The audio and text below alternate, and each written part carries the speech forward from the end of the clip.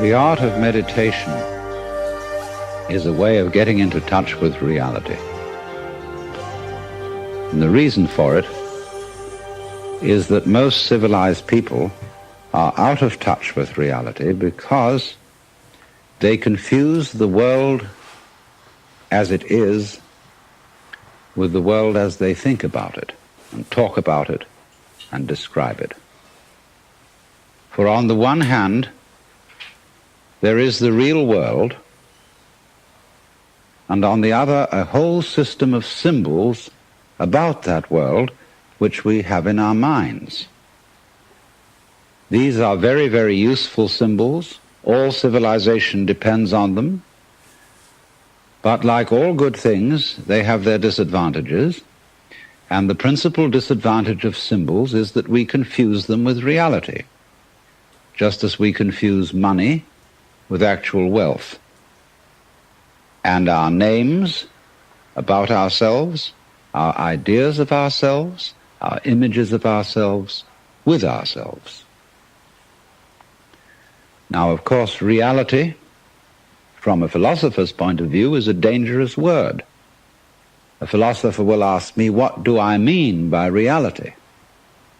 Am I talking about the physical world of nature? Or am I talking about a spiritual world? Or what? And to that I have a very simple answer. When we talk about the material world, that is actually a philosophical concept. So in the same way, if I say that reality is spiritual, that's also a philosophical concept. And reality itself is not a concept. Reality is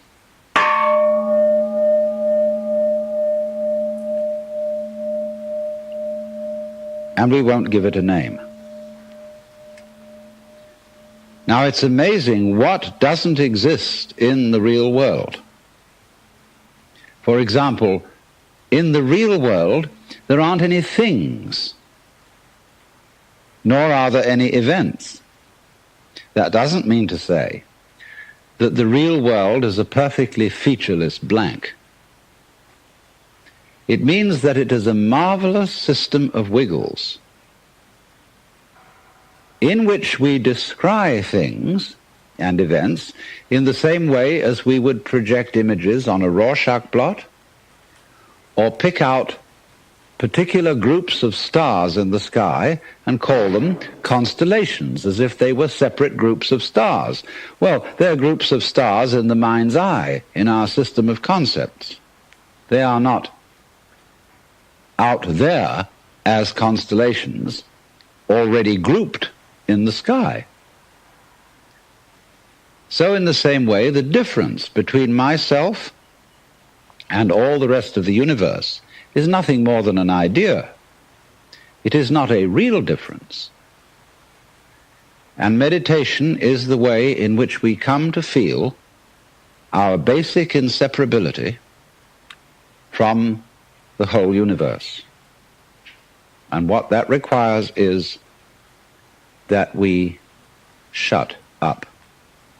That is to say, that we become interiorly silent and cease from the interminable chatter that goes on inside our skulls.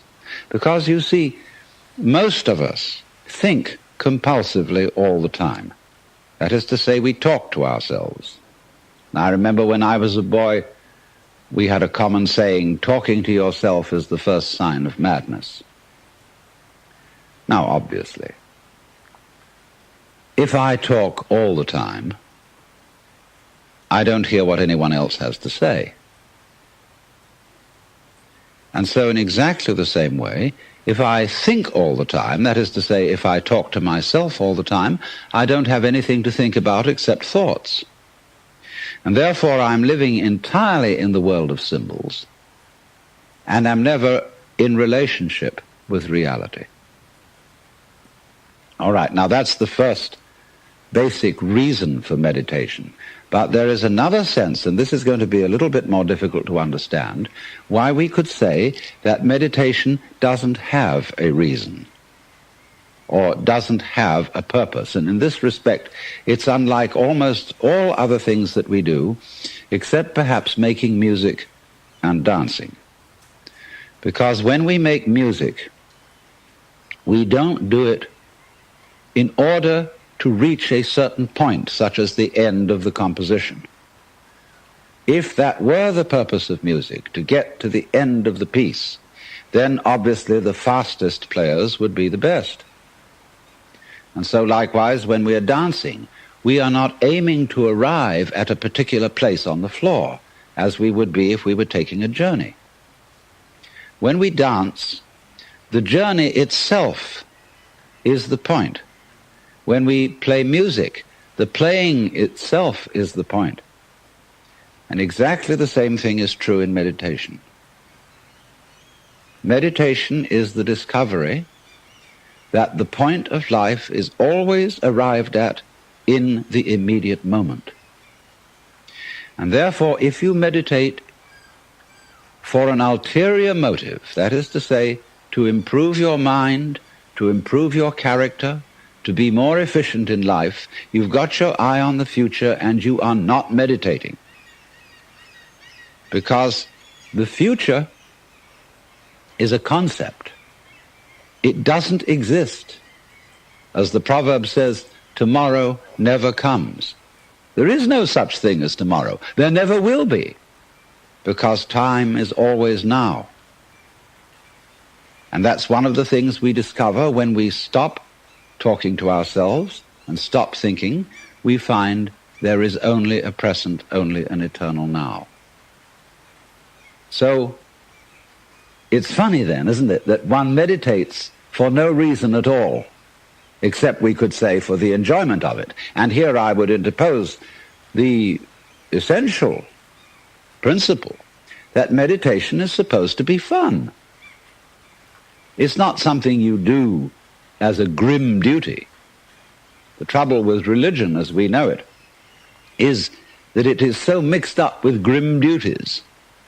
We do it because it's good for you. It's a kind of self-punishment. Well, meditation, when correctly done, has nothing to do with all that. It's a kind of digging the present. It's a kind of grooving with the eternal now. And brings us into a state of peace where we can understand that the point of life, the place where it's at, is simply here and now.